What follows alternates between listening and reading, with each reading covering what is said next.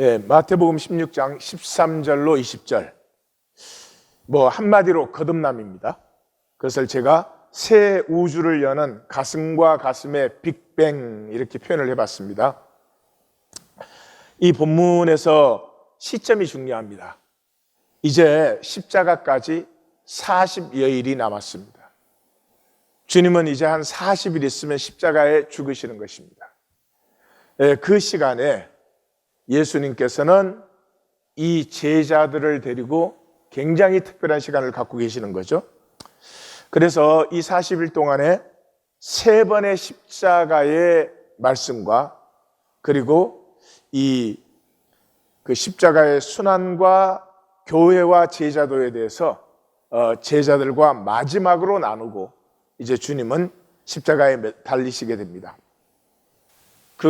내용은 간단히 정리하면 오늘 이제 고백에 있고 그 다음에 십자가의 순환이 말씀하시고 변화산이 나오고 다시 십자가의 순환을 말씀하신 다음에 여기서부터 이제 마태와 마가가 약간 달라지는 것인데요.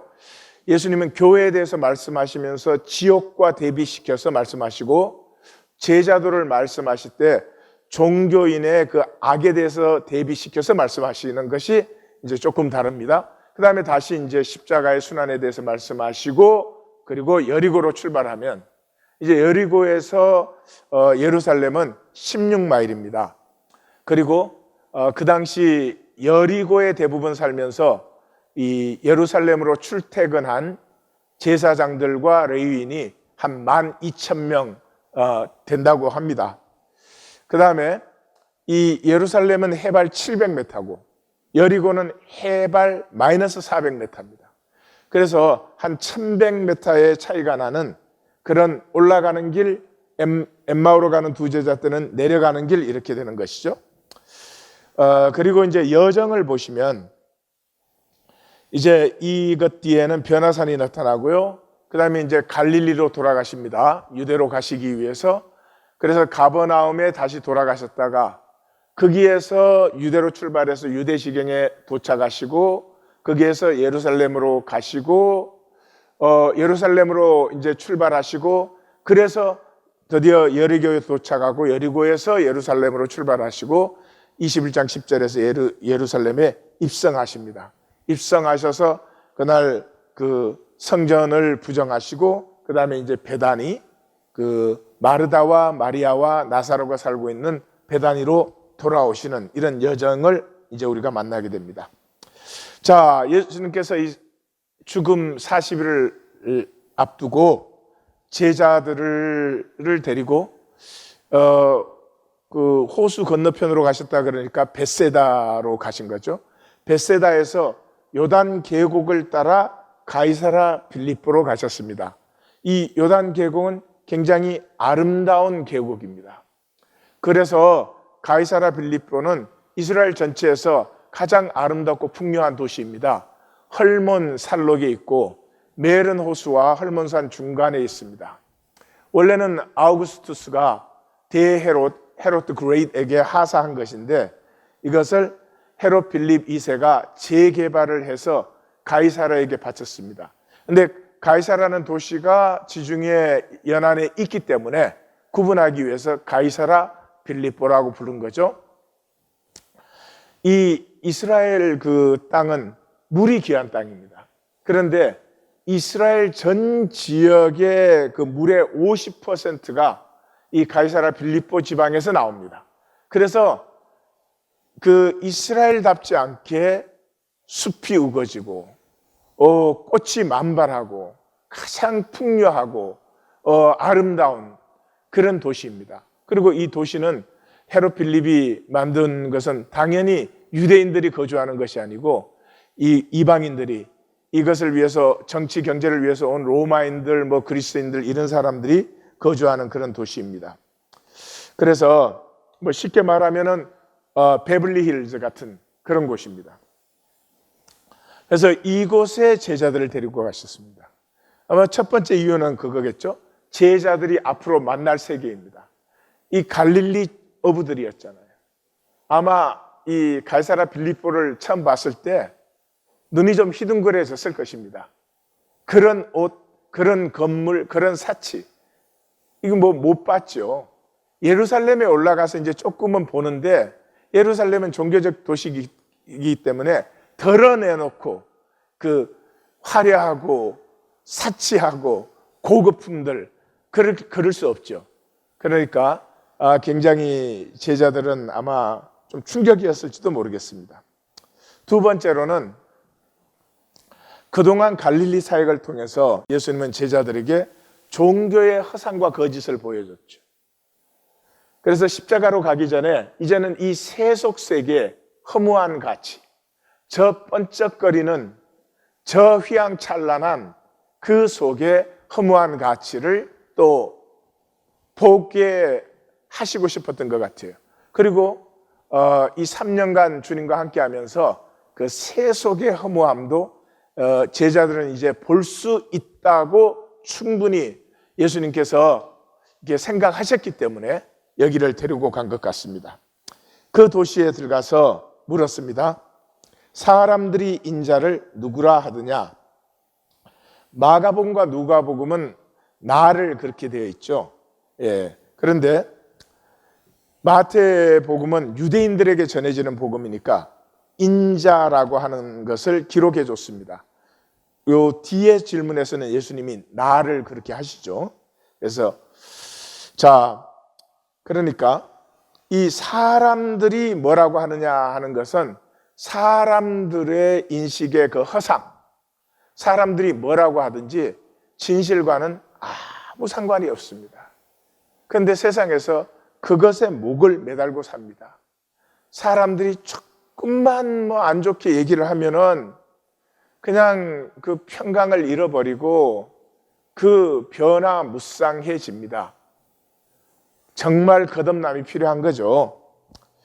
그래서 사람들이 인자를 그럴 때는 예수님이 자기 자신을 가르칠 때 항상 인자라고 사용하셨죠. 근데 그 자기를 가르치실 때는 더라고 하는 관사가 들어갑니다. The Son of Man. 그러니까 이 더가 들어가면 그 당시 이스라엘 사람이라면 누구든지 무엇을 말하는지 알 수 있습니다. 그게 뭐냐 그러면 다니엘서 7장 9절에서 14절에 나오는 환상입니다. 그 환상에 보면 하나님이 보좌에 앉으셨는데 인자 같은 이가 나옵니다. 이 묵시록은 같은이라는 단어를 씁니다. 왜냐 그러면 실상을 그대로 얘기하는 게 아니고 상징적으로 쓰기 때문에 뭐뭐 같은 그랬죠. 인자 같은 이가 이 하늘 구름을 타고 보좌에 나와 가지고 그 모든 권세를 위임받습니다. 그 권세와 영광과 나라, 그 다음에 또 그 백성과 나라들과 다른 언어를 말하는 모든 자들이 그를 섬기게 해서 그의 권세는 영원한 권세고 그의 나라는 멸망하지 않는다. 다시 말해서 하나님이 창조한 목적이 사람에게 자기의 다스림을 위임하기 위해서 창조하셨죠. 그러므로 이 다니엘서 7장 환상에서 드디어 하나님의 뜻이 이루어지는 거죠. 사람이 하나님의 다스림을 위임받는 그 창조된 진정한 사람으로 회복되는, 다시 말해서 참사람이라고 불러야 되겠죠. 그 사람을 인자라고 하는 것이죠. 예수님이 이것을 자기를 지칭하는 호칭으로 썼다는 것은 자기가 하나님의 모든 다스림을 위임받는 메시아라고 하는 의미도 있겠지만 또한 동시에 인자라는 말은 그 당시에 아람어로 사람이라는 말이었습니다. 그러므로 모든 사람은 하나님의 다스림을 위임받는 이 하나님의 원래 창조의 목적으로 회복되어야 된다 하는 이중적인 의미를 가지고 있는 것이죠. 제 목이 좀 안 좋아서 말을 잘하고 있는지 모르겠습니다. 그래서 14절에는 더러는 세례 요한, 더러는 엘리야, 어떤 이는 예레미야나 선지자 중에 하나라고 합니다라고 이제 제자들이 대답을 하죠. 여기에 더러는 이런 말이 나오는 것은 무가치한 불확실성이죠. 그러니까 사람들이 뭐라고 말하는 것은 무슨 가치가 아무것도 없어요. 더러는 그렇게 말한 사람도 있습디다 하는 것이죠. 그리고 세례 요한과 엘리야는 선지자의 무슨 이스라엘은 뭐 대표적인 사람이에요. 선지자는 엘리야예요. 그리고 세례 요한은 이 당시 이스라엘에게 선지자로 인정받은 사람이고, 그래서 마가나 누가복음에서는 선지자 중에 하나인데 이 마태복음에서는 예레미야나 선지자 중에 하나라고 예레미야를 끌어들이죠. 그 이유는 아주 그 당시 이스라엘 사람들에게는 아주 분명합니다. 예레미야가 어떤 선지자죠? 성전을 부정했고 구원을 부정했던 선지자죠. 그 성전 앞을 막아서서 너희는 이것이 여호와의 성전이라, 여호와의 성전이라, 여호와의 성전이라 하는 거짓말을 믿지 말라라고 선포했습니다. 그러고도 조금은 살아 있었으니까 참 기적입니다. 그 다음에는 뭐라고 했습니까? 구원을 부정했습니다. 그들이 내 백성의 상처를 가볍게 여기고, 상처를 가볍게 여긴다는 것은 문제를 가볍게 여긴다는 거죠. 지금 기독교는 다 거듭났다고 해줍니다. 문제를 몰라서 그래요. 거듭났으면 문제가 해결된 것이에요. 이미 초월적인 생명을 살아야 됩니다. 그런데 뭐 땅에 온갖 문제에 범벅이 돼 있는데 거듭났다고 해주는 것이죠. 그래서 저들이 내 백성의 문제를 가볍게 여겨가지고 평강하다, 샬롬하다, 그러나 샬롬이 없다. 지금 오늘날 말로 하면 구원되었다. 그런데 구원은 무슨 놈의 구원? 이게 예레미야 선지자죠. 그러니까 종교를 주의하라고 적고 있는 마태복음에서는 당연히 예레미야가 들어오는 것이죠. 자, 15절이 중요합니다. 그때 예수님께서는 너희는 나를 누구라고 하느냐 이렇게 묻습니다. 너희는 지금 주님 앞에 있는 나지요. 그래서 이 본문을 묵상할 때 뭐 답이고 뭐고 그 전에 나가 묵상되어져야 됩니다. 도대체 주님께서 너는 나를 누구라고 하느냐 하는 이 나는 도대체 누구인가 하는 것이죠. 그래서 저는 이 말씀 묵상하다가 그대로 무릎을 꿇고 나 자신은 누구인가, 주님 앞에서 나는 누구인가, 그 묵상을 했습니다. 그랬더니 저는 제대로더라고요. 저는 하여튼 뭐가 제대로 안 되면 굉장히 힘들어 하는 사람이에요. 왜 그럴까 가만 생각했더니 제가 늦게 태어난 막내예요.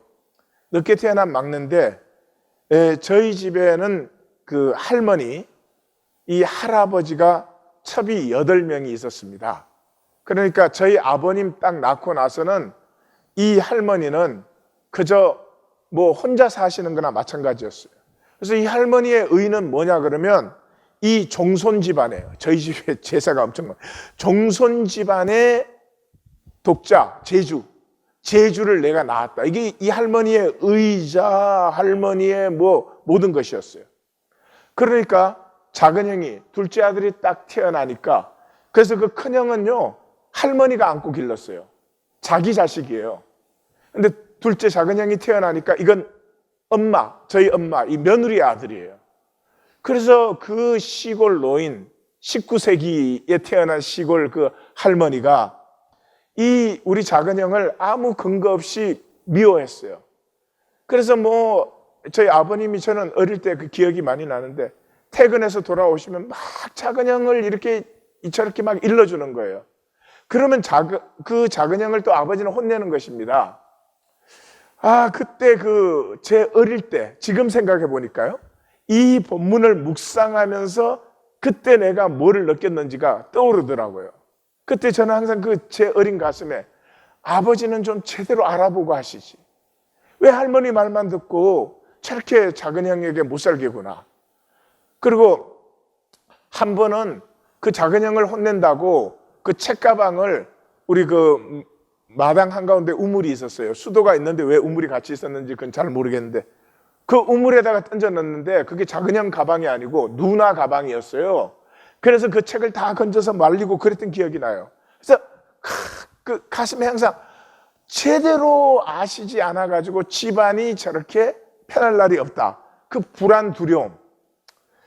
또 큰형에 대해서는 그렇게 뭐 할머니와 엄마의 비호를 받으면서 그렇게 하는데 제대로 하는 게 없어요. 제가 지금 생각하건데 공부도 제대로 한 사람이 아니고 서울 대학 보냈더니 딴짓만 하고 하여튼 그 사업한다고 딴짓하다가 우리 집이 다 망했는데 하여튼 왜 제대로 안 하지? 이게 나라는 존재와 삶의 중심이었어요. 그래서 내 평생에 제대로 해야 돼. 이걸로 나 찌르고 남 찌르고 그게 제 생애더라고요. 그런데 이렇게 주님을 만나고 나서 보니까 제대로 해야 돼가 처음에는 나의 의더라고요. 나는 저렇게 안 믿는다, 제대로 믿는다 이게. 두 번째는 이제 그 에고가 처음 믿으니까 은혜도 충만하지만 에고도 충만하니까요. 그냥 그 에고를 휘둘러대다가 그게 갈등이 되죠. 그러니까 그 다음에는 이 제대로를 내가 쓰면은 사람만 괴롭게 만들고 주님이 쓰셔야 되는구나. 내가 쓰면 승질이 되는 거고 주님이 쓰시면 합력하여 선을 이루고 주님이 쓰시기를 원합니다. 이렇게 됐죠. 그런데 그 다음에 이제 지금 요즘의 상태는 이런 상태죠. 이거를 내가 쓰면 성질이 돼서 사람들이 나를 성질 나쁜 사람으로 봐. 이거에 자극받을 필요가 없는 거예요. 그럼 내가 성질 좋은 사람 되기 위해서 내가 나이스하게 행동하는 거죠. 내가 나쁜 사람이 돼도 괜찮아. 그럴 리도 없겠지만은 내가 나쁜 사람이 되느냐 좋은 사람으로 사람에게 보이느냐 그게 중요한 게 아니고 주님의 뜻이 이루어지면 돼. 주님의 뜻이 이루어지면은 그게 나한테도 악이 될 리가 없고 모두에게도 악이 될 리가 없어. 그러니까 내가 나를 좋은 사람으로 만들려고 하는 게 아니라 지금은 이제 제 기도가 주님의 나라와 주님의 의를 구합니다. 이렇게 바뀌었어요. 왜냐 그러면 주님의 뜻만 이루어지면 분명히 나에게도 복이고 내 주변의 모두에게도 복이 돼요. 함께 아름다워져요. 내가 나를 세우려고 하던 것이 쓰러진 것이죠. 그래서 40년 예수 믿은 과정들이 주마등처럼 이렇게 흘러가는데 참 안타까움도 많고 또 감사와 기쁨도 넘치는 그런 시간이었습니다. 이 본문에서 나를 먼저 만나야 됩니다. 나를 만나야 되고 그 다음에 너희는 나를, 여기서 이제 나를 누구라고 하느냐 하는 것은 이 주님께서 이미 제자들과 3년간 같이 하셨기 때문에 묻는 거죠. 그러니까 이 3년간 같이 하신 그 시간들이 주마등처럼 이제 흐르게 되는 거죠. 그런데 여기에서 이제 제일 중요한 것이 있습니다. 이게 기독교의 이게 하수구입니다. 먼저 주님께서 물으셨어요. 주님께서 물으셨어요. 너는 나를 누구라고 하느냐? 기독교는 주님이 물은 적이 없어요. 자기가 공부해갖고 자기가 답하는 거예요. 여러분, 프로포즈를 받아야 내가 당신하고 결혼하겠습니다 이렇게 말을 하는 거지, 프로포즈를 한 적도 없는데 내가 당신하고 결혼하겠다고 쫓아다니면 그건 정신병자죠. 지금 기독교는 그래요. 주님이 나에게 물어본 적이 없어요. 근데 나는 정답 맞췄다는 거예요. 그러니 무슨 능력이 있겠습니까? 예? 그냥 기독교는 종교 지식 가르쳐 가지고 종교 질문하면 종교 답변해 가지고 그때부터 종교 노름하는 거죠. 예수님이 왜 제자들에게 지금 이렇게 물으셨죠? 그동안 관계가 있었으니까. 예수님께서는 이 관계를 소중하게 3년을 가꾸셨잖아요. 그랬기 때문에 지금 묻는 거죠. 우리도 예수를 믿고 교회 안에 들어오면 주님과의 관계를 가꾸어야 돼요. 종교 배워갖고 종교 안에 설치는 게 아니라 그 가꿈이 있을 때 어느 순간에 주님의 음성이 들립니다. 아니면 나 스스로 질문을 합니다. 나는 도대체 주님에게 누구며 주님은 나에게 누구신가? 그때 대답하는 것입니다. 성경 공부해가지고 답하는 게 아니죠. 그래서 이 질문을 받았을 때 제자들, 특별히 베드로에게는 주마등처럼 흘렀을 것 같아요. 모세는 이렇게 말했는데 나는 너희에게 이르노니, 모세의 권위를 넘어서는 이러한 말씀, 나의 말을 듣고 행하는 자는 그 가르치시는 것이 권세 있는 자와 같았다.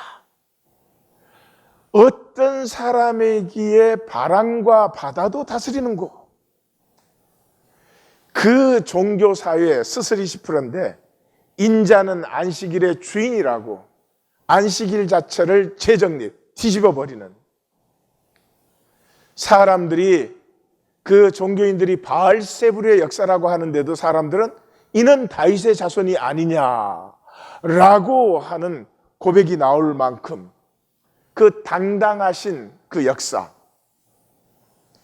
또 베드로에게는 만일 주님이시거든 나를 명하사 무리로 오라 하소서 했을 때 일말의 망설임 없이 내게로 오라라고 말씀하시는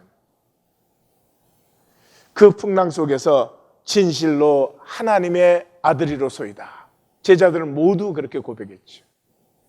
뿐만이 아니라 정결례를, 이게 뭐 사람 보이는 거에 전부인데 정결례 자체를 재정립해버리는, 이 모든 것에서 자유하신 분, 땅의 어떤 것에도 묶이지 아니하는 이 사람, 그 영혼, 그 자유, 이것이 가슴에 벅차는 거죠. 지금 종교적 이해를 물은 것 아니죠. 그렇죠? 뇌로 하는. 그런데 제자들의 가슴에 이 만나진 바람 같은 삶, 털에 전혀 묶이지 않는, 사람들이 먹기를 탐하고 포도주를 즐기는도다. 요한복음에서는 그렇게 말하죠. 바람이 임의로 불매 내가 그 소리를 들어도 어디서 와서 어디로 가는지 알지 못하나니 성령으로 난 사람도 다 그러하니라. 예, 거듭난 사람은 바람 같은 자유가 있습니다. 무슨 세상 말이나 대접에 불그락 푸르락 오르락 내리락 그러지 않습니다. 여기서 답을 물으신 게 절대로 아니죠. 우리 어떻게 알 수 있어요? 답은 제자들은 처음부터 알고 있었어요. 요한복음을 읽어보시면 1장 34절에 세례 요한이 제일 먼저 답을 얘기했죠. 내가 그가 누군지 어떻게 알겠느냐? 그러나 하나님께서 나에게 말씀하시기를 누구든지 성령이 내려서 임하는 것을 보면 그가 성령으로 세례를 주시는 이시다. 그래서 봤더니 예수 위에 성령이 머물더라. 그래서 내가 그가 하나님의 아들임을 증거했다. 이렇게 분명히 답을 알려줬죠. 그래서 세례 요한의 제자이던 안드레가 예수님을 따르기 시작했죠. 그래서 그 안드레가 자기 형제 시몬 베드로에게 가서 41절에서 우리가 메시아를 만났다라고 분명히 했습니다. 답을 알고 있죠. 그 다음에 45절에 가면 빌립이 나다나엘에게 모세와 선지자가 기록한, 다시 말해서 그 성경에 기록된 메시아를 우리가 만났다. 그렇게 했으니까 답은 처음부터 알고 있었습니다. 이 답을 묻는 거 아니죠. 너희는 나와 3년간 함께 하였다. 너희는 무엇을 만났느냐 하는 것이죠. 그때 시몬 베드로가 대답하여, 이 시몬은 세상의 이름이죠. 그래서 이 시몬이라는 이름이 요한복음 21장 17절까지 나옵니다. 그게 뭐죠? 마지막으로 요한의 아들 시몬아 내가 나를 사랑하느냐 하는 마지막 세 번째 물음이죠. 그리고 19절에서 요한복음 21장 19절에서 예수님께서 너는 순교할 것이라고 말씀하십니다. 이 순교의 말씀에서부터 시몬은 없어지고 베드로가 나오고 그 다음에 사도행전 들어가면 베드로밖에 나오지 않습니다. 그러니까 베드로라는 이름은 하늘의 삶을 사는, 거듭난 이름이에요. 자, 그래서 시몬 베드로가 대답하여 주는 그리스도시요. 이게 이제 정답이죠. 그래서 마가복음과 누가복음은 이것만 나오죠. 주는 그리스도시요, 뭐 하나님의 그리스도시요, 이렇게 나오는 거죠. 그런데 이 주는 그리스도시요라고 하는 답변의 목적은 그 자체가 아니라 마가복음과 누가복음에서는 이 그리스도가 십자가를 지는 순환받는 그리스도다 하는 것을 얘기하기 위한 도구라 그럴까요? 그렇게 나와요. 근데 마태복음에서는 이게 달라지는 거죠. 왜냐 그러면 그 뒤에 살아계신 하나님의 아들이시니이다 하는 베드로의 고백이 나와버리기 때문에 그래요. 그러니까 살아계신 하나님의 아들이라고 하는 것은 실제로 베드로가 나사렛 예수 주님을 볼 때 그 주님 안에 살아 역사하시는 하나님이 느껴지는 거예요. 실제로 만나지는 거예요. 저분을 통해서 그 아버지의 가슴이 현현되고 있어요. 그래서 마태복음은 벌써 2번 기둥을 딱 세우잖아요. 하나님이 원하시는 것은 제사가 아니라 긍휼이다. 이 아버지의 긍휼이 나타나죠. 무엇보다도 아버지의 가슴을 베드로는 본 거죠. 아버지의 가슴이 뭐였어요? 이 모든 것을 시작하기 전에 이는 내 사랑하는 아들이요 내 기뻐하는 자라 그랬겠죠. 이 아버지의 가슴을 현현시키는 주님, 그 주님을 향한 말할 수 없이 사랑스러워하는 아버지의 가슴을 베드로가 느낀 거죠. 그래서 살아계신 하나님의 아들, 살아계신 하나님이 나타나고 있는 분입니다. 이런 얘기를 한 거죠. 여기에 예수님께서 봐 요나 시몬아 내가 복이 있도다. 시몬이 복이 있어요. 왜냐 그러면 땅의 시몬이잖아요. 땅의 시몬이 이걸 봤거든요. 땅의 사람은 개념밖에 안 봐요. 답밖에는 못 봐요. 그 이상 절대로 못 봅니다. 그런데 이 땅의 사람이 하늘의 역사를, 이 뇌가 전부인 사람이 가슴으로 무언가를 만난 것이죠. 그래서 이를 알게 하니는 혈육이 아니요 하늘에 계신 내 아버지시니라. 이 3년간 주님과 함께 하면서 무엇을 만났어요? 하늘을 만났어요. 주님 안에 역사하는 하늘. 그 하늘을 어떻게 만났어요? 제가 보기엔 3가지예요. 전혀 새로운 관점. 땅의 사람이라면 절대로 말할 수 없는 전혀 새로운 관점. 그 다음에 완전히 자유한 한 영혼. 종교인들이 그 모든 권세를 윽박질러도 막을 수도 묶을 수도 없는 완전히 자유한 한 영혼. 그 다음에 신성의 현현. 아버지의 가슴이 저를 통해서 나타나는 것. 이것은 땅의 것으로는 볼 수 없는 거죠. 하늘의 것이 나타남을 보았어요. 그래서 이 가이사랴 빌립보라고 하는 허상의 총화의 자리, 도시와 사람들과 상품들이 가득한 그 총화의 자리에서 예수님은 이 제자들의 고백을 끌어내고 있는 것입니다. 그러므로 가이사랴 올라가실 때 제가 볼 때 예수님은 제자들이 이제는 이 고백할 수 있는 사람들이 되어 있는 것을 분명히 보신 것이죠. 그래서 실제로 뭐 하신 거예요? 지금부터는 이제 제자들 훈련이에요. 16장부터는 전부가 제자 훈련인데 먼저 제자들을 출발하기 전에 총정리를 해주신 거예요. 그게 뭐예요? 너는 누구냐 하는 거죠. 너가 세상의 누구냐? 사람들의 누구냐? 그건 절대로 십자가를 지지 못합니다. 그런데 내가 하나님의 누구인 것처럼 너희도 하나님의 누구다라고 하는 정체성을 지금 심어주고 있죠. 그래서 이 제자들은 십자가를 질 수 있는 제자들이 되는 것입니다. 18절에 또 내가 내게 이르노니, 이 2개 다 강조해요. 레고 소이. 그래서 나도 너도 주어가 강조되어 있어요. 그 아람어는 주어가 생략되는 거거든요. 근데 주어가 강조되어 있어요. 그러니까 여기에 내가 너에게 이렇게 하는 것은 이미 너와 나의 가슴이 통한 거예요. 주는 그리스도시요 살아계신 하나님의 아들이시나, 이것에서 예수님의 가슴은 베드로에게 부딪혔고 베드로의 가슴은 예수님에게 부딪혔어요.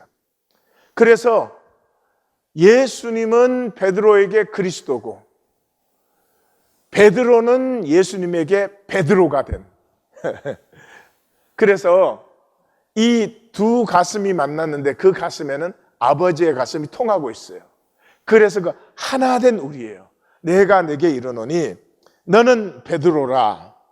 여기서 드디어 너는 이제 더 이상 시몬이 아니고, 시몬은 앞으로 계속 나옴에도 불구하고 미리 딱 아이덴티티를 찍어주는 거죠. 너는 베드로라. 이게 하나님의 정체성. 너는 하나님의 아들이야, 사람이야. 이걸 해주는 거죠.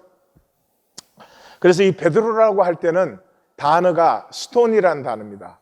돌이라는 단어예요. 그래서 남성 명사입니다. 그래서 너는 베드로다, 돌이다, 이 말이 좀 낯설 수도 있는데 마태복음을 잘 읽어보시면 이게 분명해요, 의미가. 시몬은 특징이 뭐예요? 변덕이에요, 변덕. 우리의 특징이 뭐예요? 변덕이에요, 변덕. 뭐 기분이 지금 되게 좋아. 그래도 말 한마디면 다음 순간에 어떻게 변할지 몰라요. 이게 인생이에요, 인생. 뭐 잘나고 못나고가 아니고 그냥 이 땅의 인생들은 변덕이에요, 변덕. 자기도 괴롭고 남도 괴로워요. 왜 그래요? 우리는 상황의 사람들이니까. 상황은 수시로 변하는 거거든요. 근데 돌이라고 하는 건 안 변하는 거죠. 예. 그래서 너는 베드로라 그럴 때 바로 이 점을 강조하고 있습니다. 이제 시몬이란 이름이 끝나고 베드로란 이름이 시작되면서부터는 전혀 다릅니다. 그렇게 변덕 많던 베드로가 뭐 사내들이니 잡아놓고 죽인다고 그러는데도 너네들이 나한테 대답해봐. 내가 하나님 말 들어야 되겠어? 너네 말 들어야 되겠어? 이런 정도. 감옥에 갇혔어도 전혀 움직이지 않습니다. 변덕이 하나도 없어요. 그리고 너는 베드로라, 그게 그 뜻이고요. 내가 이 반석 위에, 그럴 때는 이 반석은 락입니다. 락인데 여성 명사예요.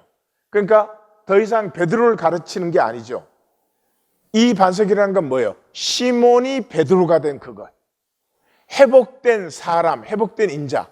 아까 인자라고 하는 말에서 보았듯이 하나님의 창조 목적이 회복된 이 회복 위에 내 교회를 세운다는 거죠. 그래서 여기에 에클레시아, 이게 마태복음에만 2번 나옵니다. 다른 복음서에서는 안 나오죠. 내 교회를 세우리니 음부의 권세가 이기지 못하리라. 그래서 이 교회라고 하는 의미가 무엇인가를 보려면 사도행전 7장에 스데반이 광야교회라는 말을 써요.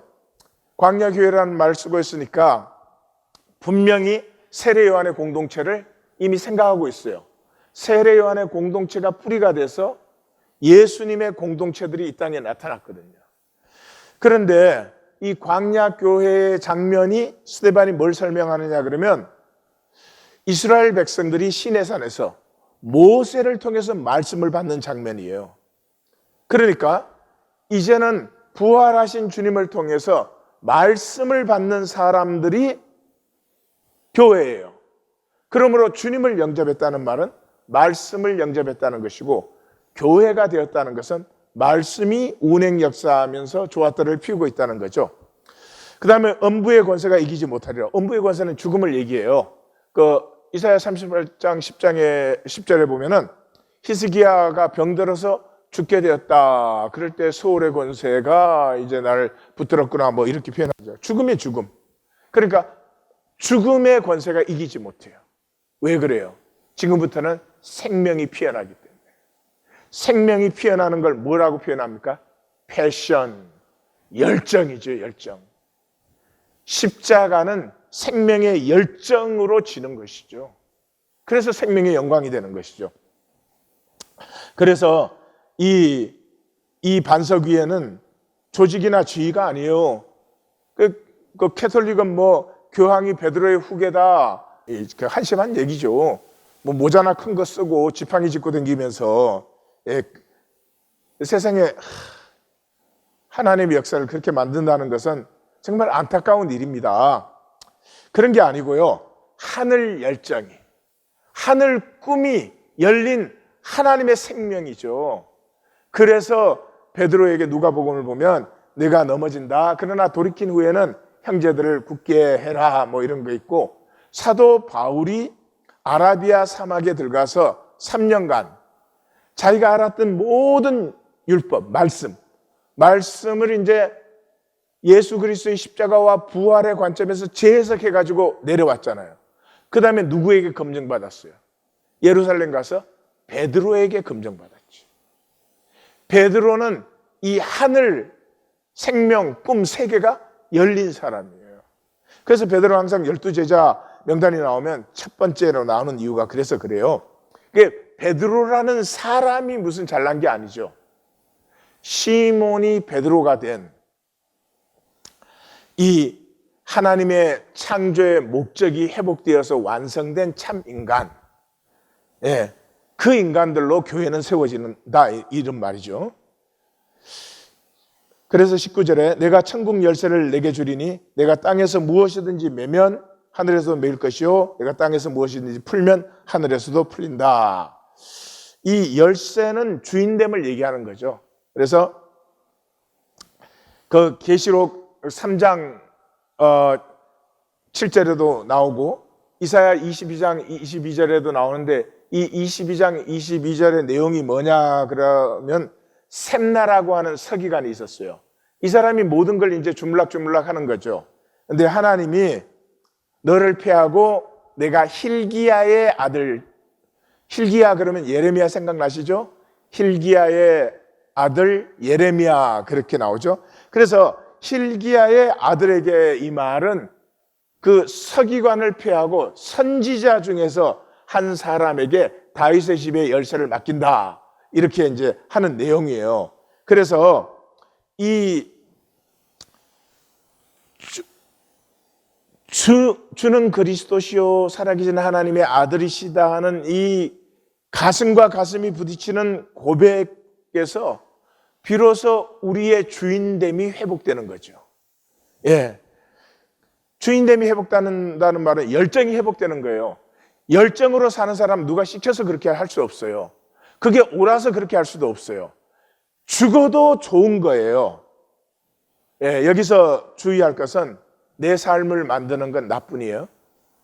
마귀가 속일 수도 있고 뭐 남을 탓할 수도 있고 변명할 수도 있지만 내 삶은 하나님도 못 만들고 마귀도 못 만들고 너도 못 만들고 나뿐이에요. 그러면 내가 현재 이런 삶을 살고 있는 것은 내가 만든 삶이라는 걸 아셔야 돼요. 그래서 이 삶이 결코 열정 피어나는 내가 살고 싶은 삶이 아니라면 거듭나셔야 됩니다. 무슨 뭐 종교생활 하면서 쓸데없는 얘기하지 마시고 거듭나셔야 되는 것입니다. 그래서 예수님도 그 천국 비유를 다 마치시고 천국의 제자된 서기관마다 마치 쇠과 엿것을 곳간에서 내어오는 집주인과 같은 집주인이 열쇠를 갖고 있는 것이죠. 그리고 이제 18장에 가면은 진실로 너희에게 이르노니 무엇이든지 너희가 땅에서 매면 하늘에서도 매일 것이요 무엇이든지 땅에서 풀면 하늘에서도 풀리리라. 그래서 이 주인됨의 역사가 어디를 통해서? 교회를 통해서 나타나는 거예요. 교회를 통해서. 교회가 풀면 하늘에서 풀리고 땅에서도 풀려야 되는 것이에요. 그게 교회죠. 그래서 예수가 그리스도이심은 지식의 대상이 아닙니다. 뇌로 알아서는 아무 소용이 없어요. 열정의 대상이에요. 가슴으로 만난 것이 돼야 돼요. 그래야 신앙생활이 이루어져요. 교회는 다니는데 신앙생활은 못해요. 왜요? 뇌로 알기 때문에, 지식이기 때문에. 그래서 계시록 들어가면 지상 7교회를 책망하는 출발점이 어디예요? 나는 너를 책망할 것이 있나니 내 처음 사랑을 버렸느니라. 처음 사랑을 버렸어요. 저는 그 나를 아까 묵상하면서 너는 나를 누구라고 하느냐 하는 그게 나를 묵상하고 나니까 저의 고백이 나오더라고요. 깊이 생각한 건 아니지만 그 자리에서 제가 적은 것입니다. 저는 그때 고백한 것이 이것이에요. 주님은 바람이십니다. 죽은 나를 생기로 살리십니다. 내 모든 자리와 삶에 스치시지만 자취를 남기시지 않고 나만이 현현되게, 나만이 나타나게 하십니다. 주님은 내가 억눌러 온 생명을 불러일으키시는 감당할 수 없는 꿈이요 불이십니다. 주님, 나를 떠나소서. 나는 죄인으로소이다. 자, 나눔 가이드. 우리는 우주에서 가장 강력한 인카운터링, 주님의 가슴과 베드로의 가슴의 조우를 만났습니다. 삶은 뇌로 진행됩니다. 실제와 단절된 뇌는 자기 본질인 불안과 두려움, 이것 때문에 없어지지 않고 계속 진화되어 온 거죠. 불안과 두려움으로 허상의 세계를 만들어, 허상의 세계는 항상 크고 화려해야 돼요. 동물 세계 볼 때 이렇게 상대방에게 위협을 주거나 상대방을 내 뜻대로 유혹하려고 할 때는 반드시 크게 하거나 화려해지거나 두 가지죠. 인간 이 세상 뭐예요? 크고 화려하고 이거밖에 없지 않습니까? 그래서 허상의 세계를 만들어 실제는 피하고 유리하고 허상은 지키고 매달리게 합니다. 하늘의 가슴, 천지의 인격성이에요. 나무 한 그루 그냥 있지 않아요. 저기에 하나님의 그 뜻과 섭리가 들어있어요. 하늘의 가슴, 천지의 인격성을 가슴으로 만나 에고가 깨어지는 아픔이 있기까지는 뇌는 나의 전부가 되어 나를 종로로 시키다 죽을 때 이게 제일 먼저 썩어져 없어져 버립니다. 사람의 심장이 멈추면요 5분 안에 썩기 시작하는 게 뇌입니다. 열쇠는 나눔입니다. 나눔을 머리로 하면 나 지키기 뿐입니다. 나의 죄, 악, 교만, 음란, 추함 등을 교묘히 가리고, 이것이 우리의 삶에 당연한 것인데요, 이것을 통해서 생명이 피어나는 것인데 마귀에게 속아서 그걸 교묘히 가리고 은근히 나의 의, 선, 겸손, 자랑거리로 슬쩍슬쩍 감싸지요. 나눔에서 가슴이 열리면 생수가 솟아납니다. 말씀에 깨어진 아픔이 나누어지는 자리에 마귀는 물러가고 생명이 피어납니다. 이것은 우리에게서는 나오지 않습니다. 성령님의 지혜와 용기 없이는 절대 불가능합니다. 어떻게 하면 가슴으로 나눌 수 있는지 한번 우리 나누어 보십시다. 이것이 구하고 찾고 두드림의 출발이지요. 어떻게 하면 내 중심의 진실을 나눌 수 있습니까?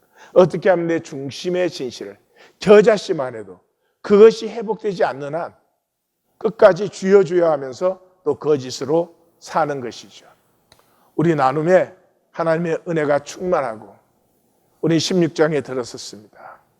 우리에게 거듭남의 갈등이 시작되어서 마태복음이 끝나기 전에 베드로의 가슴과 주님의 가슴이 만난 것처럼 우리의 가슴과 주님의 가슴이 부딪힌 빅뱅, 나에게 새 우주가 열리는 역사가 함께 하시기를 정말 주님의 이름으로 간절히 축원합니다.